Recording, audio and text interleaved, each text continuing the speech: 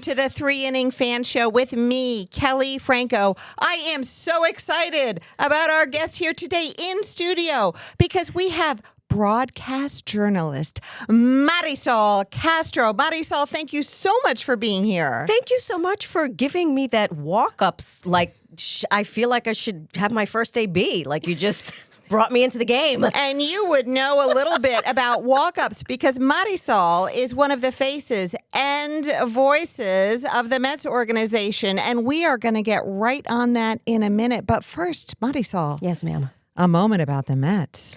Okay.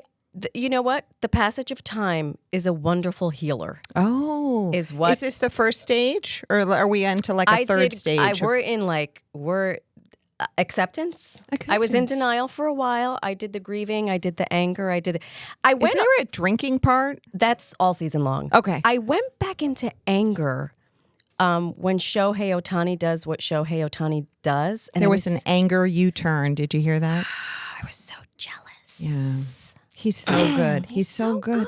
You know, it's funny that you mention that because I've kind of been battling with his greatness. And I told myself, you know, you got to stop resisting because we are really watching maybe the greatest player that ever lived. And we need to enjoy it and appreciate it. Even if he plays for the enemy. Like, game recognizes game. Have you accepted? Are you? I am... No, it's a long winter. It's a very long winter. This is what we do. So in the booth, we say, okay, when it's become blatantly apparent that we're not going to be in the postseason, we're like, okay, let's just finish the last series, and we just can't wait for it to be over. And then by like October 10th, we're like, when's the hot stove? Yeah, right. When is the show? When are we all going back down to Port St. Lucie?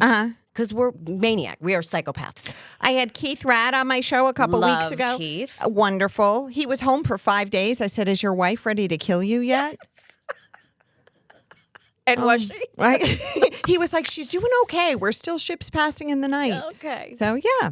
It happens. But, you know, so when was it during the season that you kind of sensed these cracks? It was July. It was. Yeah, it was right before the All-Star game. They went away for the series in San Diego.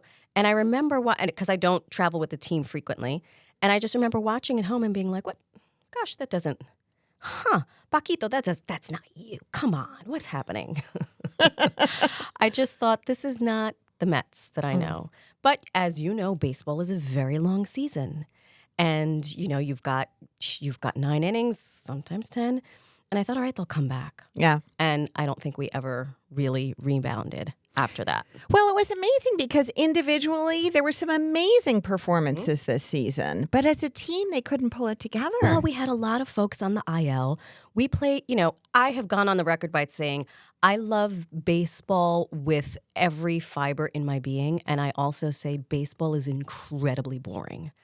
And so in our booth, shout out to the Ninja, who's my producer, and Jenna, who's our field producer, we will play games. And we played a game over the course of 5 innings. I had to name every player on the IL. There were 18 players on the IL. Wow. So when you factor that into a baseball season, it's very challenging for the players to mesh, right? So our third baseman, it's like, okay, is it Brett Beatty? Is it Mark Vientos? No, he's on the IL. You know, so it's who's our catcher? Is it Torrens? Is it you know, Alvarez?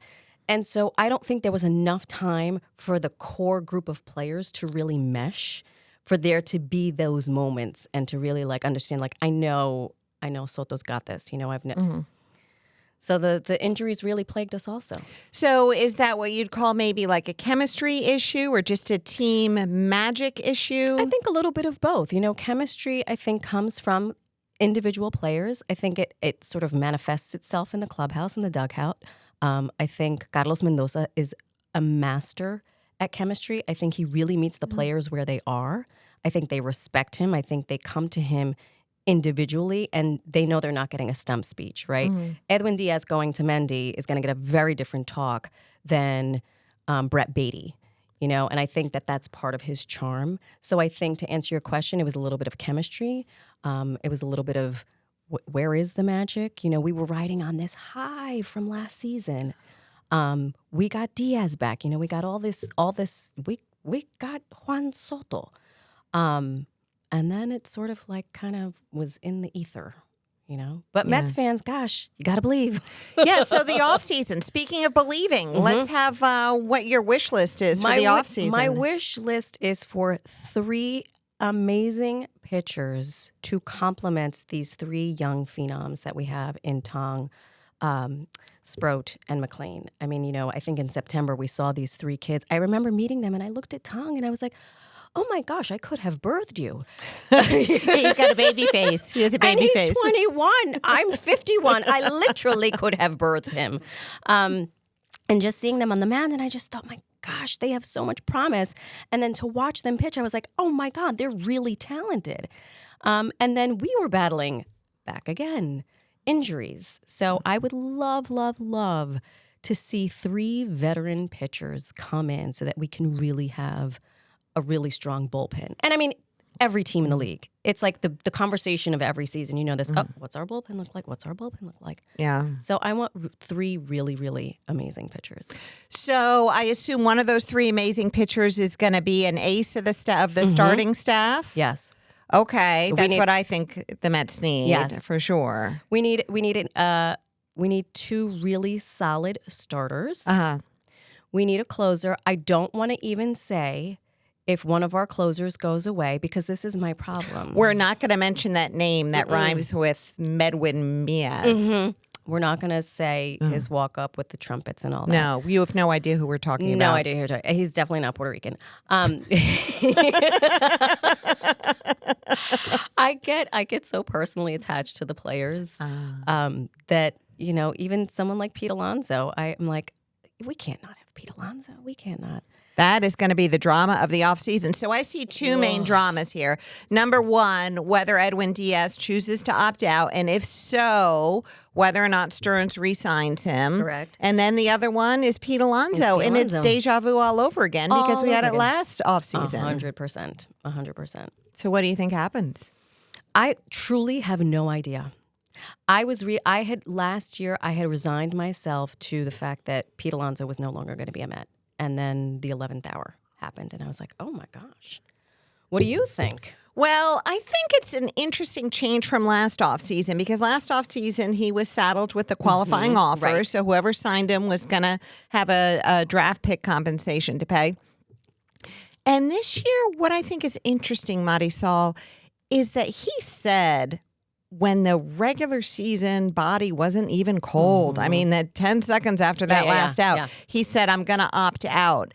And I wonder if in the fans' eyes, that makes a little bit of a difference that he said kind of loud and proud, yeah, I'm opting out, as opposed to last season where it was pretty apparent he was dying to re-sign with the Mets. Yeah, do you think that makes a difference in the fans' eyes, whether or not they can cope with it better? You know what? I don't know, because I think the fan base really believes that Pete Alonso was meant to always be a Met, to live and die and be a Met. I think the fans will be incredibly upset if he does not come back. I'm not Pete Alonso. I'm not Haley. I am not their puppies. They have to do, obviously, what's right for their family. But I'm not convinced that the fans are like, oh, he's definitely leaving. These players can say all they want. The fans will believe what they want to believe until it's opening day, until the starting rotation is set and all that sort of thing. So. Well, it's interesting because in Stearns' end-of-season press conference, he said that he wanted to concentrate on run prevention, and that is, of course, pitching, which is a need that they're going to need to fulfill. But some people also took that as looking at the defense a little bit, which, some people say Pete Alonso wasn't a great defensive first baseman. And I had Sal Licata on the show last week, and he was saying that, he would explore, Nimmo and Lindor and seeing what you could get for them because they weren't great on defense this year either. That was another, gosh, I'm back to grief. Get the Kleenex. You're right. I think if you look at individual series, like a 3-game series, like Nimmo would have these amazing catches. And then the next game, we'd be like, oh my God, he homered and he made that impossible catch. And then he wouldn't show up the next day. So I think that adds to the inconsistency And, you know, when they say, you know, the coaches are like, it's a long season. Defensively, yeah, we were very inconsistent. And you know what does not win pennants? Inconsistency. It's so true. You know, especially when you get down to those, you know, last 7 games of the postseason. No question. You got to be perfect. Yeah. So I want to talk about you because she's really cool. Okay, so you probably know Marysol's voice, but you just might not know that this is her. She's the PA announcer at Citi Field. Yeah. That's a freaking cool job. Thank you for saying so. I mean, that's amazing. appreciate But it. how did they get so lucky as to get you? I don't know. It was luck. It was a little bit of hard work. I have said that, I've been a broadcast journalist for 25 years. I started when I was a zygote. And I started in news. I was always keen to sports. That's what kept me up at night. It's why I woke up in the morning. I played sports my entire life. I have a very sporty family.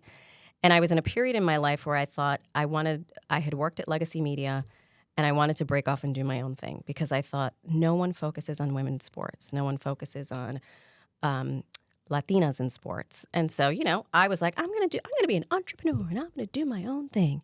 And entrepreneur, you got to have money to be an entrepreneur. And so I was literally taking meetings left, right, and center. And I kept ignoring a call on my phone. I'm a native New Yorker. Like, I'm unavailable for unavailable. And there was an email. Who calls someone anyway? I mean, come on. Well, this was 2018. Oh, So okay. Yeah. We used to talk to each other then. Right? Yeah. Imagine that. So just long story short, the Mets needed a PA announcer midseason, and they had been trying to get in contact with me, and unbeknownst to me. And so I finally went through my emails, and they were like, we're looking for the ownership at the time, the Wilpons were looking for a PA announcer. They were keen on having a woman, specifically a Latina. And me being the cynical journalist, I was like, why now? And why me? And I said, and they were like, well, we want to reflect Queens. We want to reflect the people who come see the game, you know, and it's not a shocker to anyone. A lot of Latinos make up the league, make up the Mets, and come to baseball games, not just the Mets. And so I said, okay, fine, what do you want me to do? And they said, well, can you do the starting lineup? And I said, where, in your phone. And I was like, this is not very professional, but sure. I went home that day, told my kids they were very little at the time. I was like, shut up. I got to go talk into my phone in the closet. And they were like, okay, there she is doing her weird thing.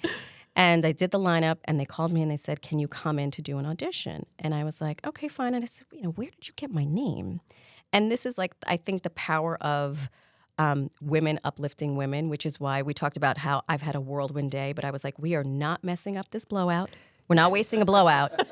But also, you get a feeling about someone, and I feel like I've known you for forever, and she moved heaven and earth to get here. We literally just met each other. I had shot a pilot years before 2018, and the woman who directed the pilot, I somehow made an impression on her. So when the Mets organization said, hands on deck, we need to find female PA announcers. This woman, Sally Frattini, who if she had been standing in front of me, I would not have been able to pick her out of a lineup of one. Kidding. And she said, you need to find Marysol Castro. And so the next day, I said, so I'm going to Citi Field the next day, which by the way, I had never been to. And I had been to Shea. And I said, how'd you find my name? And they said, Sally Frattini. And I looked through my emails and I'm like, oh my gosh. It's amazing. So I go and I'm like, how many people are auditioning? I think there's like 5. I'm like, oh, what do we have, like 5 or 6? And they're like, a couple hundred. And I was like, oh, okay. Wow. So I went. I waited in the family room at the time. I was literally playing with an Easy Bake Oven. I broke it. And the producers come in and they're like, you're next. And I go up into the booth and I sit down and it's a cold read. And they say, and I look at Tim Gunkel, God love him, he works in our department. I said, hey, do you think I can run the bases when this is over? And he was like, and he's like inching the script closer to me. And I was like, do you think I could take BP? And he's like, I need you to just read the words. And you know what? I had no idea if I was ever going to get invited back. I was like Julia Roberts, like getting her Oscar, like I may never get here again. Seizing the moment. And so I did the thing, unbeknownst to me. All the decision makers were literally under my booth. I sat there and I was like, wow, it's really pretty. Guess I can't take BP. I will go. I left, came back to Westport to see my niece's lacrosse game, and they called and they said, you got the job. Unbelievable. And I was like, I did? Really? So that's how it is. And to folks who are unfamiliar with the PA announcer, I was joking about this with my fiance yesterday. The PA announcer, you should not know that there is a PA announcer there. Like, we should just make your experience at the ballpark better. It was very difficult as a woman because I was the first female PA announcer, and I'm the first Latina PA announcer in Major League Baseball. Well, congratulations to you, first of all. But second of all, I mean, come on. Can we do better? Yeah, we can do better. Right? I will say there are 2 more women PA announcers in the league. There aren't any more Latinas, but here we are. So that first season, I mean, people came for my neck. Why do we have a woman? Are you kidding me? Oh, I'm not kidding you. On Twitter, they came for my neck. Why does she have to say their names in Spanish? And I have to tell you that my crew were so protective of me. Like, I love the people who work in production at the Mets because we are truly a family. Oh, I love it. And they, one of the producers was like, give me your phone. Do not check Twitter. Please don't check Twitter right now. Because he knew, like, the fans were just like, go back to where you came from. I mean, it was awful. It was really, really awful. All righty then. I know. But I persisted and won them all over. It wasn't a goal. I was like, I'm just going to do my job to the best of my ability. And I just showed up every day. And eventually they were like, yes, we love this. And what is your typical day like? My typical day for the Mets is I walk up the 129 steps, as you mentioned. I check in with said producers. I will usually go down to the field, especially if we have a new player or a new member of the coaching staff. I kind of watch BP for a little bit. All the broadcast journalists were all very cliquey, and we all like gravitate towards each other. Especially the women were like, "Oh my God, your hair looks great." I come up. I have a pile of scripts. I check in with my director. I check in with the DJ. For no particular reason. He's just my friend. And then I do a bunch of reads. I do the housekeeping reads, like their sponsored content.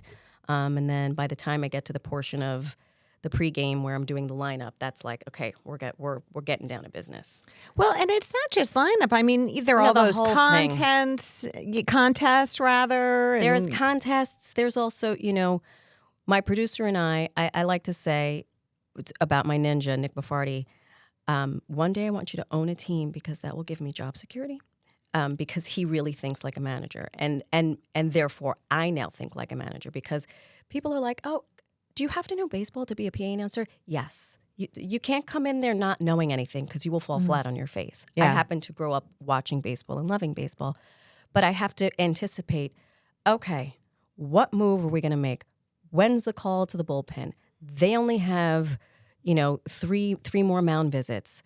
The skipper is standing up and he's got his scorecard in his hand. That means changes are about to happen really quickly. The other thing is I have to get a batter in the batter's box by a certain time. There is what is now known as the pitcher's clock is really for me. I am consistently watching this clock. And if I don't bring the batter in by 22 seconds, the Mets will get a fine. And is that right? 100% right. So meaning you have to announce the batter. Because I have to keep the pace of game going. So technically, if you don't hear the shortstop number 12, Francisco Lindor, he will wait. He will wait like, okay. Now, I've been doing it long enough, and I have a cadence and a rapport. You have a biological clock. Right, exactly. Oh, my God. So I have a rapport with them, so they know, like, okay, she's going to say my name now. But with the visiting team, they got to get in that batter's box, or we could technically get fined. So it's all these little nuances that the fans have no idea about, and nor should they, because you should just come to the ballpark and enjoy the game. Yeah. But if I put a player in the wrong position, I got to get back on the mic and put that player back in the right position, and make sure it's not in between at bats because it's only going to piss off the batter. So your eyes are scanning the field all the time. All the time. All the time. I'm looking at the clock. I'm seeing I'm watching the umps. I'm on comms. I'm listening to my director. I'm listening to my audio engineer. I'm listening to a field producer. on the field. I'm watching to make sure, oh my God, someone's pinch hitting. By the 7th inning, it's like, okay, you've got the lineup. And then suddenly you're about to bring in a batter. Wait, no, they have a pinch hitter. And you have to pronounce all these names. Yes. Now, you're good, probably the Latino with names, with I'm really good. Latino names. I'll mess up like a Smith. Yes, you have to. What's like the worst name you ever had to say that you were just dreading? Like, oh my God, what is going to come out of my mouth when I try to say it this? It wasn't a name that I dreaded, but we had my first season. We had Asdrubal Cabrera. Oh yeah, and he had a great walk-up song, and that was a fan favorite. Like people really liked that, and I enjoyed saying it. Gosh, we had. I'm forgetting it, but we had a Taylor and a Tyler on the team, or maybe another team, and that was just cruel. It was very, very cruel. Was it? Well, the McGill brothers pitched for one's Tyler and one is Trevor, maybe. It was a different one. It was a different one. But we also get at the beginning of every season a tome of pronunciations, and every team submits all the players on the roster, all including the coaches and all the pronunciations. So, well, thank goodness for that. Holy smokes, you have no idea. And now you share duties with Colin Cosell, with right? Colin Cosell, that's right. You're a couple years younger than me, but I remember. Howard Cosell. Yeah. Monday Frazier's down. Football. Frazier's down. Yeah, come on. He's wonderful. I love him. He is excellent at his job. So how do you divide up the days? We basically divide the days into, since my day job is I host a television show. He does the weekday games, I do the weekend games. Oh, okay. And occasionally, and he's incredibly busy as well, and he's got a family. Occasionally we'll swap games. So I'll have, I'll come into the studio very tired because I've done a game like on a Tuesday, Wednesday, Thursday or something. But that's pretty much how we split it up. Now, viewers, Marysol is somewhat of a Renaissance woman. Do people call you a Renaissance woman? No, but thank you. You're the first one. I am crowning you a Renaissance woman. Thank you. Because, I read about you, and you do all these, you don't, as if being the PA announcer at Citi Field were not enough, and knowing the pitch clock and how to pronounce everything, and that a pitcher can only face 3 batters and yada, yada, or has to face at least 3 batters. She knows all this stuff. But she also, you have a long career in broadcast journalism. I do. I started this career in 1999. Humble Roots, Channel 11. I made this, or News 12, actually. Wow, I'm really dating myself. I know, News 12, the Bronx. Channel 11. Then I made this meteoric jump to Good Morning America, where I did weather and features. And that's really where I grew up. Left there. How was that doing weather? I mean, are you a meteorologist too? We can't curse right now. Sorry, I won't curse. No, I'm not a meteorologist. You were bad. It was terrible, but I had great. I was like, I love that you just admitted that, by the way. It was terrible. That makes me so happy that you weren't like defensive. No. I literally went to, because you're like, you did weather? We made plans on your weather, Well, it was the best job. I could be wrong 50% of the time, and I still kept my job. Imagine that. It's true. I was not even 30. Good Morning America, Diane Sawyer. No one knows who these people are, right? Oh, Diane Sawyer. She was a queen. Right. So we were launching this weekend show, and we need a feature person. And when Diane Sawyer calls and says, we need you to do weather, you say, okay. And I did ask them, I said, do you want me to become a meteorologist? And they said, no. And on my first day of work, I kid you not, on my desk was 2 books, how to do weather for dummies and how to understand geography for dummies. I'm not even kidding you. I would need those books. Yeah. I would need those books. But it was the best. It was the best kind of training because my first year there, I was like a string of hurricanes. So I was constantly out in the field. I know. I was literally in the eye of the storm. Wow. I didn't know a blessed thing about hurricanes, but I had great producers. Well, what do you really need to know about a hurricane? It's raining. It's there. Go get some stuff for the fridge. Go to Target. Get all your stuff. Yeah, get your stuff. Get your generator. Get your the high winds. Boom, boom, boom. I mean, I literally spent a good chunk of my career traversing the southeastern portion of the United States chasing hurricanes. Wow, that's wild. What an experience. It was a little crazy. I mean, I covered Hurricane Katrina. I mean, oh my it was goodness. a wonderful. At Good Morning America, I truly learned what it meant to be a broadcast journalist, aside from doing the weather. I covered Barack Obama's inauguration. Oh, my Covered goodness. Hurricane Katrina. But that was the place where I was pushing the limits of sports because I was like, Diane, we should cover the ESPYs. And she's like, dear, I don't know what that is. Wow. All right. And I was like, they all look like Tom Brady. And she was like, okay, great. Pack your bags. Yeah, exactly. Wow. So, I mean, I have to ask you. I mean, is it like the morning show? Like that show? It is? I'm not even kidding you. Get out. So everybody's all chummy gorgeous. chummy. Everyone's gorgeous. Everyone's chummy chummy. Everyone's super smart. Most people are stabbing you in the back. There is that the managers do have the clicky thing under the desk where the door closes behind you. Maybe they don't anymore. Oh boy, that's scary. Yeah. It's so fun. You're like the seventh person at the gym. They're like, so Madi, is it real? I'm like, yeah, it's 100%. Wow. There we have it. I never looked like Jennifer Aniston or Reese Witherspoon. You look pretty good. You look pretty good. But yeah. And by the way, just to add to the Renaissance woman resume, you play rugby? I played rugby for 15 years. That's just annoying. I did. I mean, on top of the brains and the beauty, I'm trying to keep up with you and your Sunday run day and your. What sports did you play? I played field hockey growing up. Yep. Mm-hmm. Unbelievable. Yeah, I was what the position? goalie. I was the goalie. No. Really? Yeah. That is the last position I was expecting you to say. Well, because I have terrible eye-hand coordination, but when you're the goalie, you just have to let the ball bounce off you.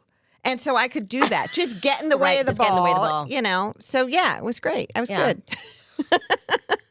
I love that. Okay, well, so we really just want to talk for a second about your future in broadcast journalism and in sports and what kinds of things are on the horizon for you. The things on the horizon are the things that were really sort of my beacon my whole life, which is women in sports. I love that you played field hockey. I think you would have to be living under a rock not to see what's happening right now.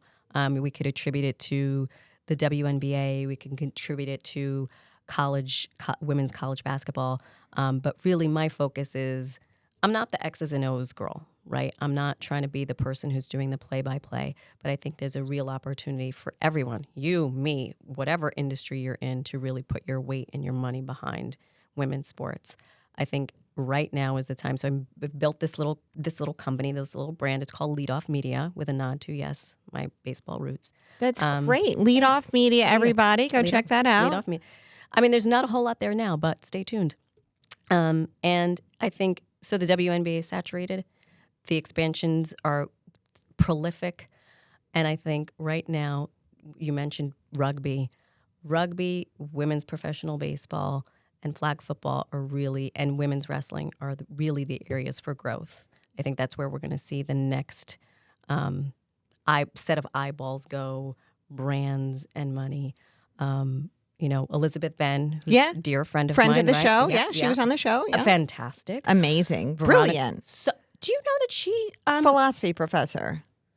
At Columbia. Not Talk about annoying, yeah.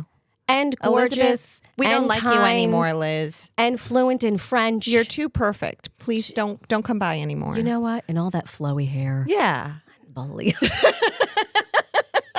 I love Elizabeth Ben, but it's, she was the best. We had the best show. Oh my God. We went into philosophy. I don't. You probably discuss like Aristotle and she Nicomani. Did. I nodded. I nodded politely. But isn't that great when you're around other people who are smarter than you are? I'm feeling this with you. No, I'm like, right back at you, sister. So this is the really what I'm putting my might behind women's sports. I love it. As a creator of media. content. Yeah, because I think, going back to the Mets, right? So when they hired me as the PA announcer, and as soon as they got me, they were like, we have a PA announcer, who happens to be a broadcast journalist. So those first couple of seasons, I was interviewing a lot of the players, especially the Latino players, because, I can translate for them. And it's amazing to be in the clubhouse with a new guy for whom English is not his first language, and I speak to him in his language, and I meet him where he is. Suddenly, it's like, and so we would get really authentic conversations with some of these players because they were like, she gets me. She understands me. But also, like, I would secretly, like, curse at them in Spanish and be like, don't mess this up. Don't shame yourself, because if you shame yourself, you're going to shame me. And you don't want me to lose my job. So let's make this happen. Well, the Mets are getting a lot more than they bargained for. They have a lot more than a PA announcer. You know what? They should pay me more. Double the salary. Okay, so Marysol. Yes, ma'am. We close every show here at the 3-Inning Fan with a very important question. Are you ready? Are you ready? Yes. Okay. The question is, what do you like to eat while you're watching the ball game? And it can, Stop with it. you, when you're at the ball game, apparently you can't eat because you're doing 9,000 things at once. But maybe like when you're home on the couch, Marysol Castro, what do you eat while watching the ball game? We need to delineate a few things. Am I watching at home? Am I watching in the booth? In the booth, what are you going to eat there? Okay, so here's please do not eat a peanut butter sandwich. I'm going to peel back the curtain. Okay. All I do is eat. But how do you talk and eat? I'm going to tell.